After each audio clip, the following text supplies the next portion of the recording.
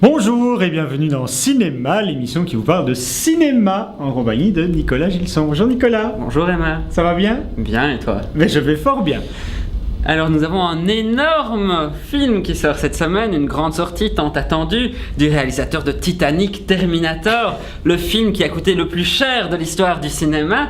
Mais je l'ai vu, j'ai vu Avatar. Moi je refuse, donc voilà. Eh bien écoute, c'est 2 minutes 41 de bonheur. 2 minutes 41 de bonheur. Waouh, je croyais que ça durait presque 3 heures, c'est fabuleux, ça dure moins longtemps que la bande-annonce. 41 minutes de bonheur. Je pense que ce film va marquer l'histoire du cinéma mondial pour ses effets spéciaux parce qu'ils sont juste magnifiques. C'est un bijou de technologie.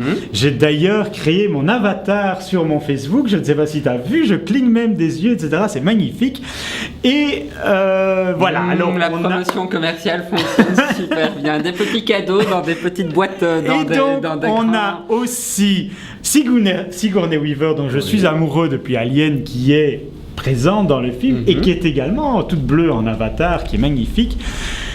Voilà, alors après ça, eh bien, je n'ai plus rien à dire parce que l'histoire est juste d'un ennui surprenant.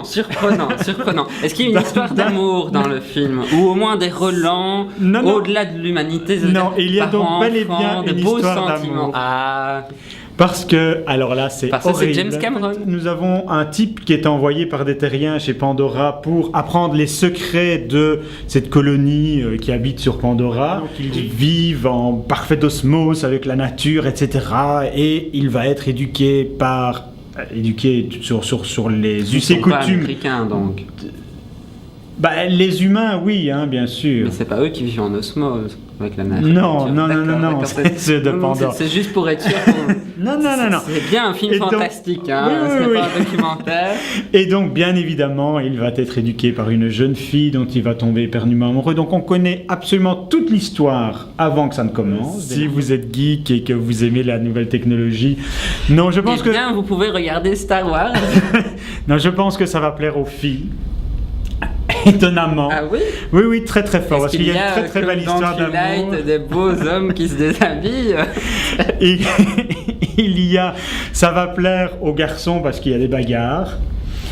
Et ça va plaire à tous les amoureux de technologie. Voilà.